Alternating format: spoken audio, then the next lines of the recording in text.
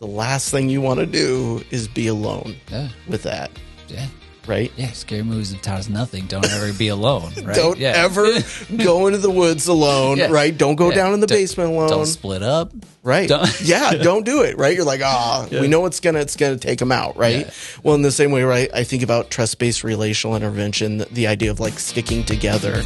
Welcome to the Family Care Learning Podcast. And over the next couple podcasts, Brandon and I are going to be talking about some spooky topics. Don't worry, we're still going to be family friendly. We're still going to but we're close to Halloween, and I personally like the holiday. I like dressing up, and I like candy. And so I thought, what an interesting opportunity to maybe talk about some of those spookier topics within foster care and adoption. So like I said, I have a good friend, the only guy I know that has certification in some kind of deprivation training, to join us. Before we get into your credentials, Brandon, what's your take on Halloween? Do you guys get into it? Did you like it as a kid? What was up? I think my kids love getting the candy, and I feel like it's one of those times where it's socially acceptable for like all the neighbors to kind of come out, and like you're peeking in their garages and making friends. And so all the family members that are like super social love it. Yeah. And then you're like eating candy. So do you dress up with your kids? It's always one of those things that's like, I'm willing to, but we got to hit it out of the park. Okay. And then usually it fizzles out by the time the night comes. I don't know. What about you? Do you dress up? Oh, yeah. 100%. Do you? Yeah. 100%? Like I said, we get into it. Sometimes it's been a couple years since we've done like themed ones. Okay. Like I think one year we were all pirates or something. Last year we all kind of picked our favorite thing. Okay.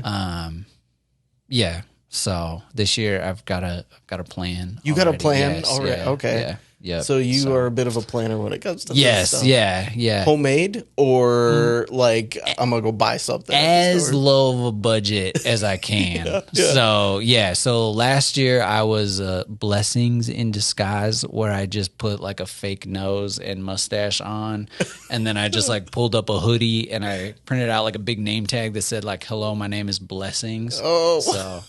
Yeah. So that, So I think that costs like $5, whatever the nose and glasses were. But yeah, I get. I'm into any excuse to dress ridiculously. I'm happy to partake in. So nice. Yeah, I just went as an exhausted father that last week. Or last year. Yeah. See, that works. Yeah, I think my wife did that. I think she like put like dark whatever, like she like smudged some of her mascara or whatever, and she wore a robe and was just like, there you go, COVID mom or something. So we have fun. Good times. With it. Yeah. So Brandon, today we're going to talk about our first topic in this is this idea of living with ghosts. All right. And again, we're not going to talk about actual ghosts or whether it's not going to get paranormal. Okay, but that's good. I wanted to kick this off with a quote from a book that I've found incredibly helpful. I think if you are a professional, if you are an adoptive person or family, if you've are in foster care or foster family, the book 7 Core Issues in Adoption and Permanency and I wrote it down here so I get it correct. Sharon Kaplan Rosia and Allison Davis Maxon. It was recommended to me by a consultant that we have in the work that we do here. But she said, "Will, this should be your guys' Bible." And I was like, "Look, you're talking to a bunch of Christians, so what exactly? Like, that's a big deal to us." Yeah, and she was totally right. So. But basically, this gives a good framework for people like myself who aren't necessarily like clinically trained or anything. They just are in this world and they have a lot of want to and a lot of desire. They give you 7 core issues and how those issues play out in kind of the adoption triad. So not just the adoptee, not just the foster adoptive parent, but also the biological parent as well. So I cannot recommend it enough. It is worth whatever money wherever money you can find. So Yeah, highly recommend it. It's so good. all that to say, here's the quote with this idea. And this is talking about ambiguous loss, but they say this. So much of what happens in adoption and permanency is ambiguous. Ambiguous loss is an injury that occurs without closure. They continue by saying, for instance, adoptees have lost a whole family, but there are no bodies to bury, no graves to visit, no rituals to commemorate this loss. And in addition, what makes it difficult is that this loss is not recognized by larger society. And so, yeah, I want to get your thoughts on this idea of ambiguous loss. Yeah. And maybe in your experience as a professional, as a dad, how have these kiddos or the young people that we're working with filled in some of these gaps, or tried to maybe find their own closure when some isn't easily available? Yeah, I think the first thing as I read this quote, and this is kind of a great representation of like this book, right? Because it kind of slows you down and helps you to think more thoroughly through what is my adopted child experiencing through this, or a likelihood. And it really kind of gives some great wording to that. And I think that sense of loss, I know, having written dozens of adoption home studies and watch judges pronounce like families, right? Even myself kind of going through that. There is this part of like, you think once you get to that point, you're like, okay, all right, like we're a family and nothing's gonna kind of take that way. And I think sometimes there's like this hope that it's like, okay, now is kind of this joyful, happy, which there is some of that, right? Like it's a finality and like we have this family together, but there is such tremendous loss that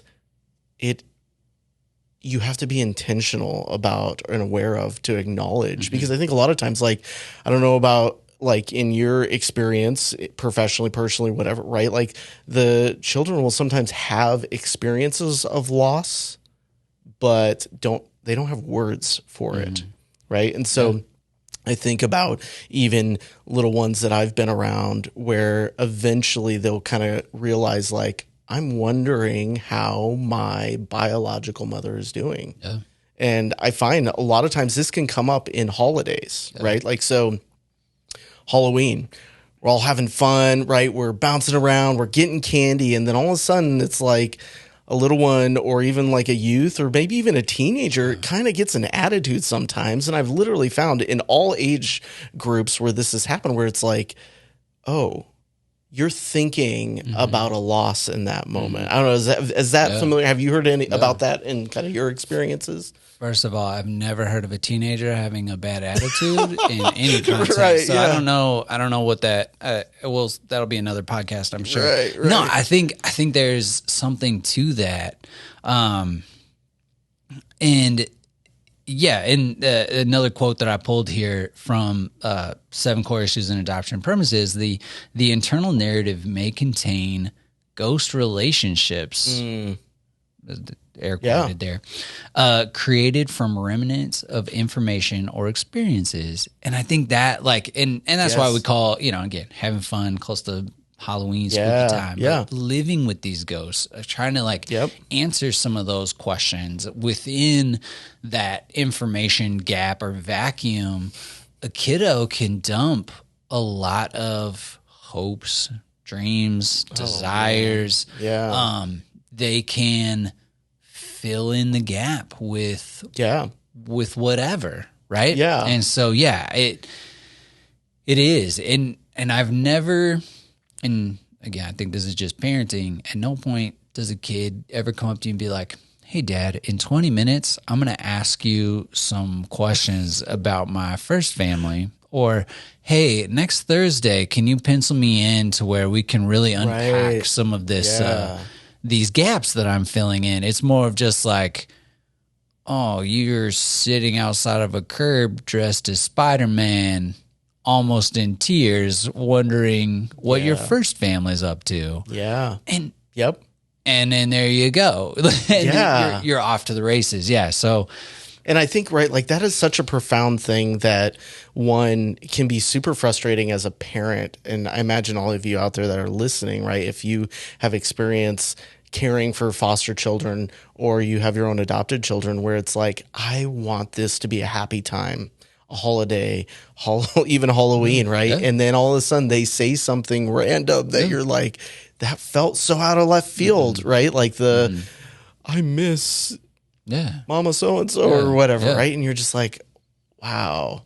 And so you just think about that for a moment and the heaviness of that it like visits, right? And anytime, all of the time. And so we see a lot of times with that, children are going to try to be resilient and make sense of that. And so sometimes the way that they make sense of that is kind of creating a fantasy of what that looks like or even what they're doing. And it really it's a coping skill because if you think about it, right, like I don't know if you've ever had an experience that was not resolved. I mean, we were talking earlier, even like movies, right? Like you watch a movie, you want a happy ending, you want a resolution, or not even a happy, just an ending. It's just an Could ending, be fine. right? Yeah, and there's like so many movies now where it's like, wait, is that it? Did it end? Where's the resolution, or where's kind of the conclusion? And I think there's a lot of kids that's their life. Is they have a desire. And it's a to be continued if I ever get that. And so to cope with it, they're like, well, let me think about something. I remember this one kid saying specifically in trick or treating, I fantasize about I'm going to knock on a door and it's going to be my biological parent. Wow. Right? Like this teenager that's going, going, hey, have you ever talked about that with your adoptive family? Yeah. No. But there's still this longing that's there that is kind of like this ghost because no one else sees it. And oftentimes the child's not going to talk about it because then it might be disappointing to the parent, right? But this is the thing with kids. And I think this is why it's so important to talk about the story, right? Because if you're living with a ghost from your past, the last thing you want to do is be alone with that. Yeah.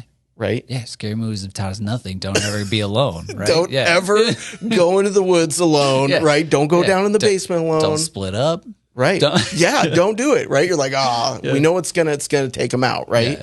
Well, in the same way, right, I think about trust-based relational intervention, the idea of like sticking together, right? Let's talk about it.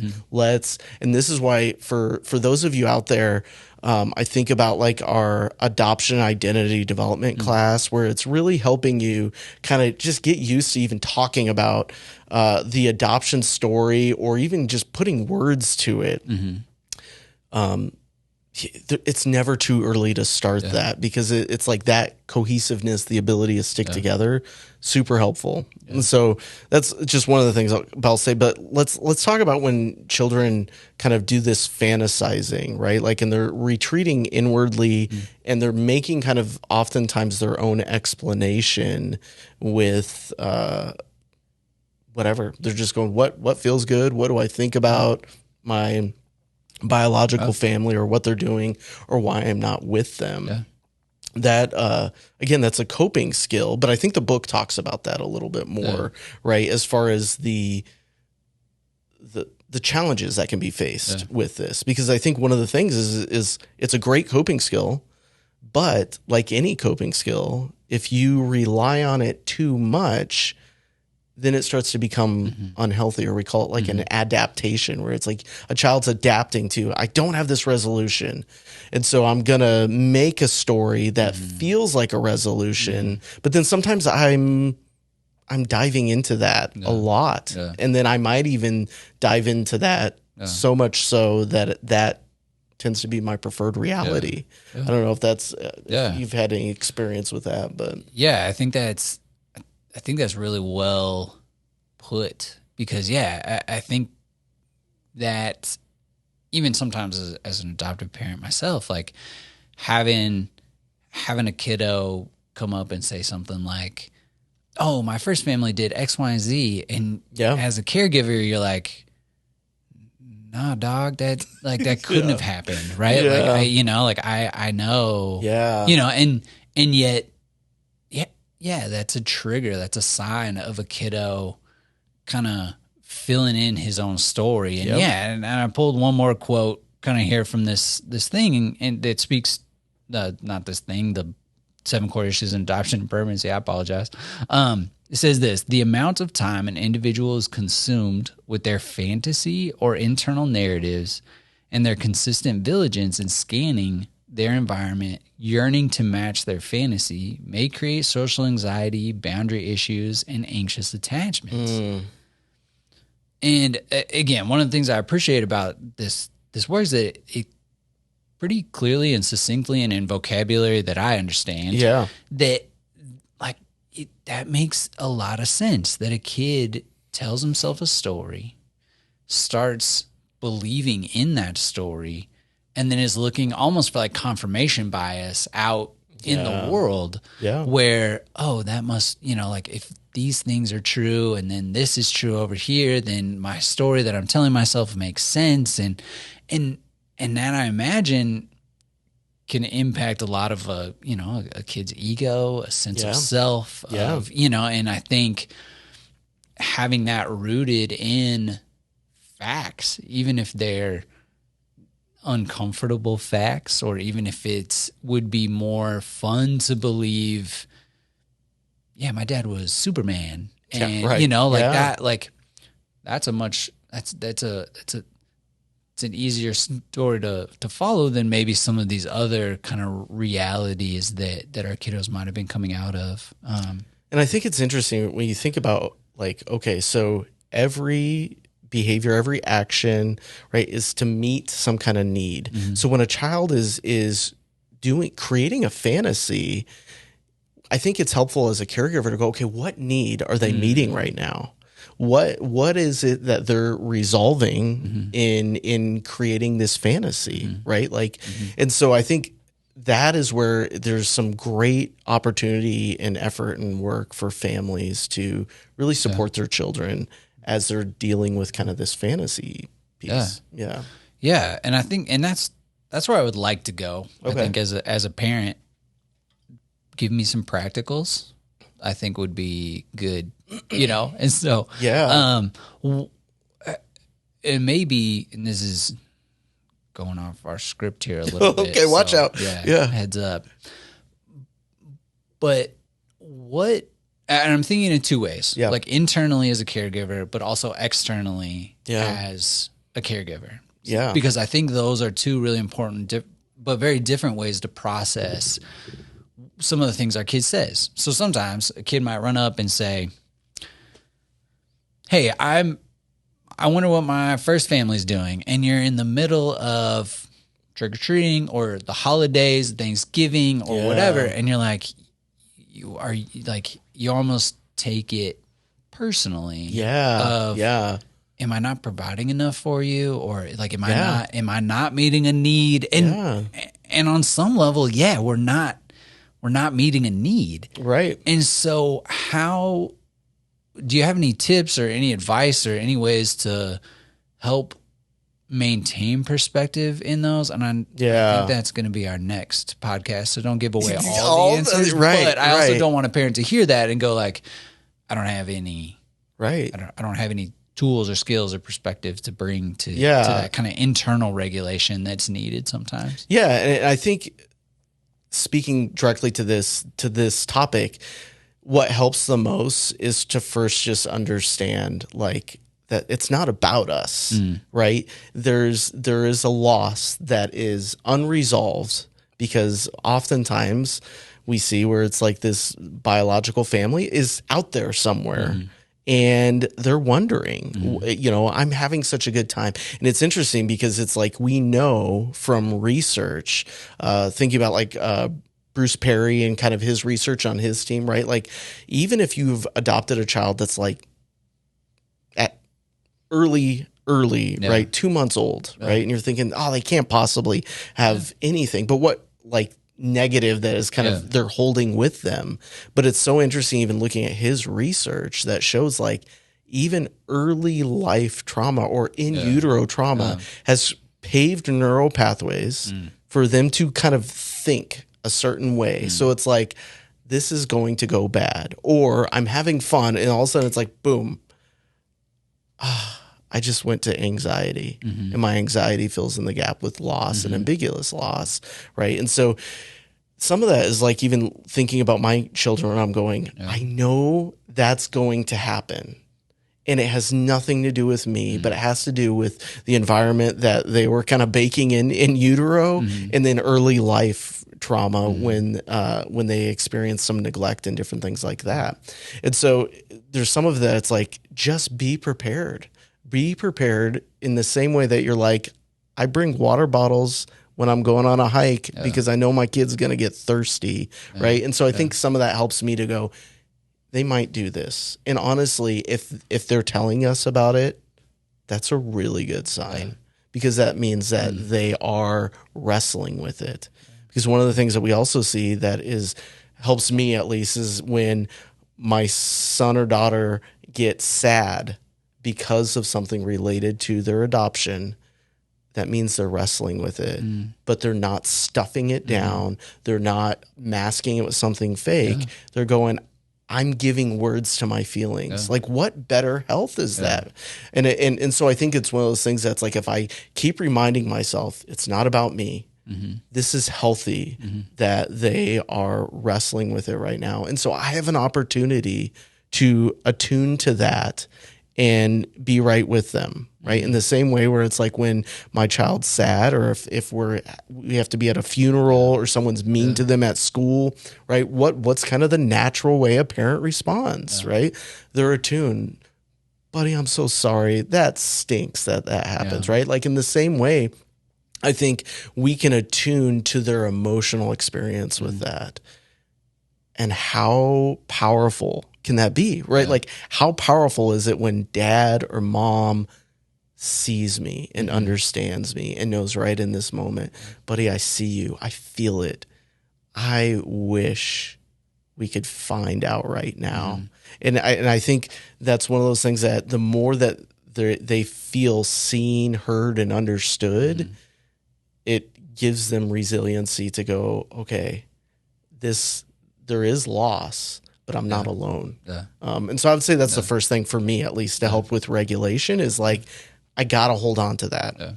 Well, and I think that's, before we jump to kind of the more practical, maybe some physical things that we can do kind of in our environment or in kind of the external part of meeting those kiddos' needs. I think, I think that's a really important point to remember of, it's not necessarily about me. And I don't know, maybe I'm projecting, but like sometimes I feel like I need to have all the answers. And one, that's probably ridiculous because there's no way you're going to have all the answers. Just not how life works. But I think being able to, like you said, sit with the kid, be able to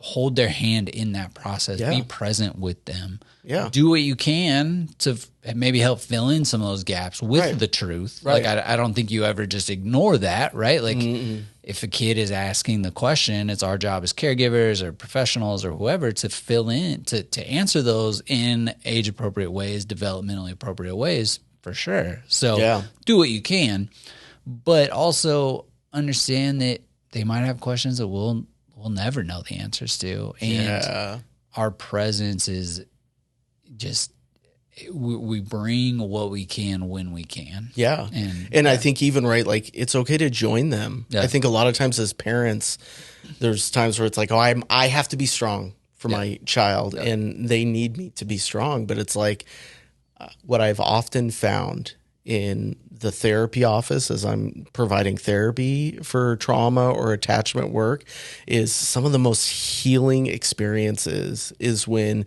the parent, although regulated, more regulated than a child, feels it deeply with the child in that moment. And it's one of those things that is so beautiful when you watch that and you see the child just melt into them because it's like, I'm seen right now. And I'm telling you, it's so therapeutic, and you can do that even on the side of a street. If you're able to kind of go, let me set down my agenda right now and notice what you're experiencing in that moment. Yeah. So powerful. That's awesome. So shifting gears just a little bit as we kind of try to land this thing. What are maybe some more practical or kind of external expressions of that attitude that we've been laying out? I know like in our work here with older kids seeking permanency and us walking with them, the life book has been an incredible tool. I've heard memory boxes. I've heard of just different activities and things like that. But do you have any kind of tried and true ones that you would go to? Yeah, there's this one that I use a lot that is a therapeutic life book. And in this therapeutic life book, it really is just kind of a written out, and it's something that as a therapist, I do with adoptive parents. And so we take time to really go, okay, let's wrestle with this without the child there, to really go, how do we tell this story? And what do we do with those parts that we don't have any information on for this child? That can we say that? Can we actually write it down? I don't know what happened to your father. I wish I did. But when you're ready, we have a name and we can look, right? Like even putting that in a therapeutic life book to kind of validate some of that, I would say is one of the things that is so helpful is parents practice doing the work. And this is why I know at CFC, we oftentimes will practically say, no matter what age you adopt at, even a baby, practice telling the story and working through that, because there's a lot of sadness and gut wrench and those kinds of things that I think as parents, we want to kind of be a little bit farther along in processing that. So there is a therapeutic life book that the TBRI people have used, the Trust-Based Relational Intervention by Karen Purvis Institute of Child Development. And so that's one of the things. We have other oftentimes as therapists, we will create like a nightstand that has maybe a picture or maybe some type of stuffed animal or something that is easily accessible that the child can kind of go to and comfort themselves with, right? And it's right there. And that's also the same thing with the therapeutic life book, is that we write it out, we type it out, we kind of put it in some type of binder somewhere so that it is, again, accessible. And a child can go and look at it, access it if they want, or they can, if they're not at a place where they can read, then the parents can kind of read it. And so I would say those two things that are things that we often use. But I think also what is very powerful practically is make sure you're, again, giving words and emotions about what's that like for you right now? What is that? I'm feeling sad that we don't know where your mom is right now. And so I think another thing is just giving voice to the emotions and feelings behind it, which is space, honestly, right? Like that's one of the most powerful things, is space with that. But I think the other thing that we often do in, whether it's in therapy or even personally in my own family with adoptees, is when they're missing some biological family, oftentimes what I will simply ask them is, if they were here right now, what would you say to them? And what would you want to give them? So a lot of times for my kids, they will go, I would give them a hug. And so what we do is I go, how about you give me the hug and we will ask God to give mama that hug. And so I'll go, give me that hug. And as they're hugging, right, I go, God, would you please give this to so-and-so and let them know how much my little one loves them, right? And there's this honoring deeply felt feeling of God, please give this to them. And God's with them and God's with us in that way. And I found that has been such a practical, nurturing way that meets them right where they're at in their emotion. And they do feel connected in that way. And so some of the practical things I've done. Great. I'm not going to say anything more in that. So if you're interested in learning more, listeners, watchers on YouTube, check out familycarelearning.org. Check out ArizonaFamilyCounseling.com. Yeah. Ooh, got the com on that Got one. the .com, yeah. CFC's whole mission is strengthening families and serving at-risk kids. So we are here to help. We're here to support. Some specific classes to look for, if I wrote them down correctly. Parenting with Connection? Yeah. Parenting with Connection talks a lot about attachment, right? And kind of goes into a deeper dive as far as like, where's my attachment style and connecting deeply with my child? Because I think there's a lot of that influences how I connect with my child. And so as I know that, it really helps me to meet deeply with my child in their loss, in their joys and everything. And so I think it's really practical and helpful from an attachment perspective, dealing with ambiguous loss. Yeah. And then there's another one that's adoption identity development. Did I get that correctly? Yeah. So we talk about in that one how children process their adoption differently depending upon their developmental stages.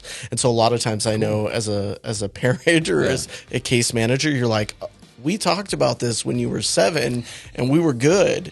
And now you're 12 and now you hate the fact that you're adopted, you know? And so some of that is just so frustrating or right. Like as a parent, cause you're like, what in the world just happened to my child? And so we kind of really want to empower you out there to really understand how this is a process that children kind of really work throughout their development and how you can be kind of informed to do that.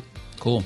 Yeah. I think especially in some of those like learn and relearn some of those things. I think we can never get too good at attachments. We can never fully understand what our kids are thinking and going through. And so refreshing yourself often is great. But Brandon, thanks for jumping in with me. I'm a little disappointed you didn't wear like a Batman mask or whatever as we talked about this stuff, but I appreciate your insight. James, thanks for holding it down behind the scenes with the cameras and the mics and the editing and all that stuff. And thank you for listening. We'll be back to talk with you soon.